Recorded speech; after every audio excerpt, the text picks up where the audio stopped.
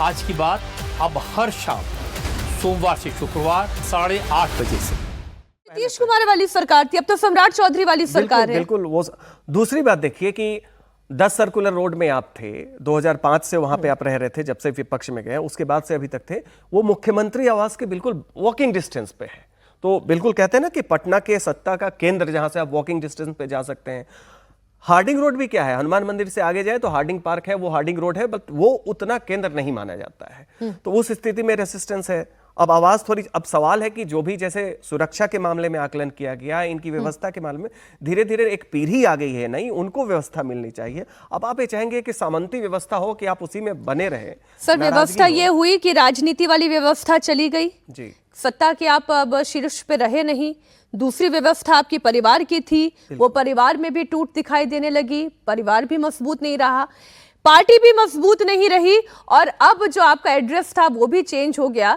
तो अब सुविधा नहीं दुविधा ही दुविधा इस पार्टी के लिए लगातार बढ़ती चली जा रही है, जिसका एक उदाहरण हमने आपके सामने रखा। एक और दुविधा है, वो नीट री एग्जामिनेशन को लेकर है। कड़ी सुरक्षा और अभूतपूर्व तैयारियों के बीच आखिरकार कल की तारीख में ये एग्जामिनेशन संपन्न हुआ। 20 लाख से ज्यादा छात्रों ने देश भर के 551 शहरों में एग्जाम दिया, लेकिन कुछ जगहों से एग्जाम के दौरान धांधली की कोशिश की खबरें आई हैं।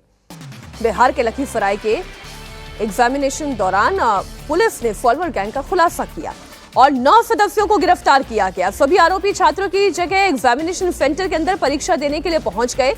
पुलिस के मुताबिक जिले के 3 सेंटर से फॉलोअर गैंग को पकड़ा गया। इनमें एम्स, पीएमसीएच और बीएचयू के इंटर्न भी शामिल है।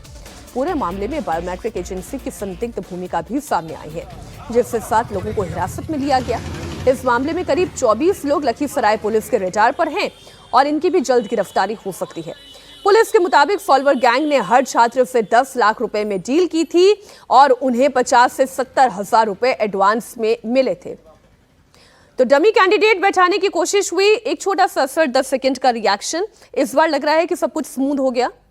नहीं, अब तक जो हुआ, कल तक जैसा हुआ वो कुल मिला के स्मूथ हुआ। हालांकि उसका श्रेय मैं अपने एजुकेशनल सिस्टम को या एग्जामिनेशन सिस्टम के बजाय सुप्रीम कोर्ट की दखलंदाजी को, एयरफोर्स के कंट्रीब्यूशन को या सिक्योरिटी फोर्सेस को देना चाहूँगा। ये जो खबर आ रही है बताती है कि जो माफिया है ना, चाहे वो सॉल्वर गैंग का हो या नकल कराने का हो या पेपर लीक का हो, उसके हौसले कितने बुलंद हैं। और वो एक कदम आगे है, वो आपसे एक कदम आगे है। आपकी सारी तैयारियों को, सुरक्षा प्रबंधों को भी धता बताते हुए काम किया उन्होंने।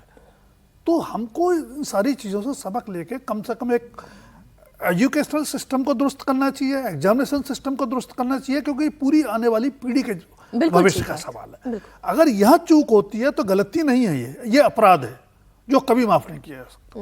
बिल्कुल ठीक आपने कहा सर। आज इसी नोट पर चर्चा को हम यहीं विराम देते हैं और कल दमदार 10 में एक बार फिर से सुबह 10 बजे आप लोगों से मुलाकात होगी। बहुत शुक्रिया राजकुमार जी, सज्जन जी, बहुत शुक्रिया हमारे साथ जुड़ने के लिए।